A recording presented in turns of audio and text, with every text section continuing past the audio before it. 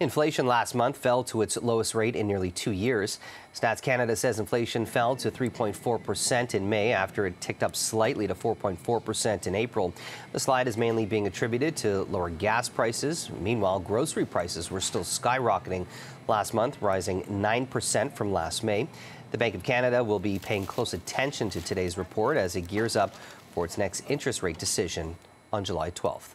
Well, Alan Small, a financial planner with Alan Small Financial Group, joins us now with a closer look at what this inflation report could mean for all of us. I think, many people are just sitting on the edge of their seat. They're nervous. We just saw another rate hike. And given the fact that, the Bank of Canada, their whole goal was to tame inflation with these interest rate hikes, what are you expecting from this next report? And how should consumers be, what should they be bracing for?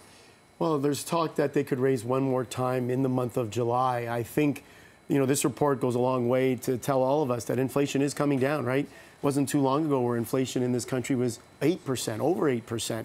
And here we are now 3.4% on the headline number.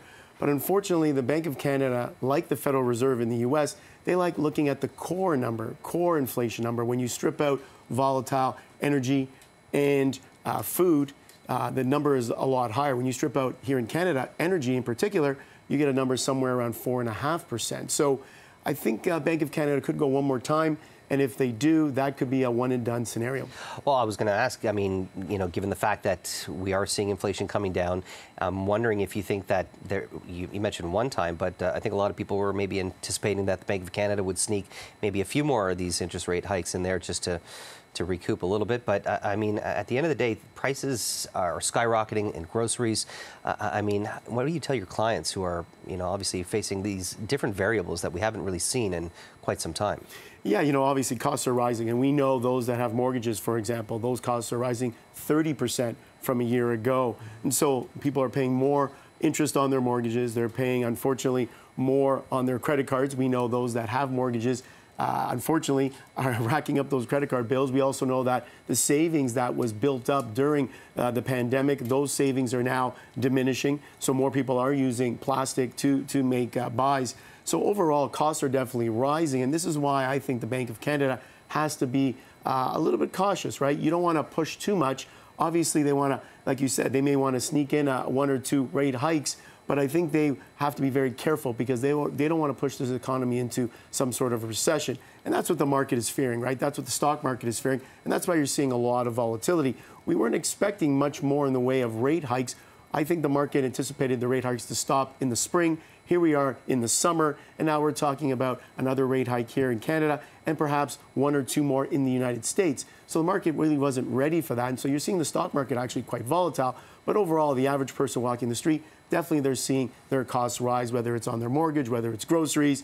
It just seems to be still a pretty significant rise in costs and carrying costs. When you look at, the rising costs, especially when it comes to people's mortgages, and these rates are directly tied to the housing market, how do you anticipate, a lot of these clients who've taken on these variable mortgages, do you anticipate a lot of people might have to sell their homes? A lot of people are worried about the fact that, another rate hike might just push them over the edge. And it's just, they've already seen 8 or 9 hikes over the last year or so.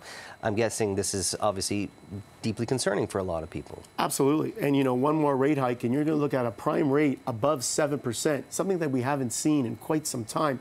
So, we anticipate that if the Bank of Canada raises again, so will prime rate at your banks will rise again. And so, we know that most people now, I would say, over 20%, maybe even close to 30% of the income that they're taking in is going towards paying their mortgage. We know that anybody in a fixed rate by 2026 will be significantly affected by a rising interest rate. So it's pretty much going to hit everybody that is obviously borrowing to buy a house. If you're fortunate enough that you don't need a mortgage, then obviously you're ahead of the game here. But for the most part, most people will be affected. And obviously, if you're paying more as interest on your mortgage, you obviously have less money to spend on flat screen TVs or houses, buying a house, etc. A lot of people are just staying put right now. I don't see much movement in the housing market. A lot of people are saying, you know what, I could sell my house, but then where am I going to move to? And the costs are going to rise significantly. So we're seeing that real estate sector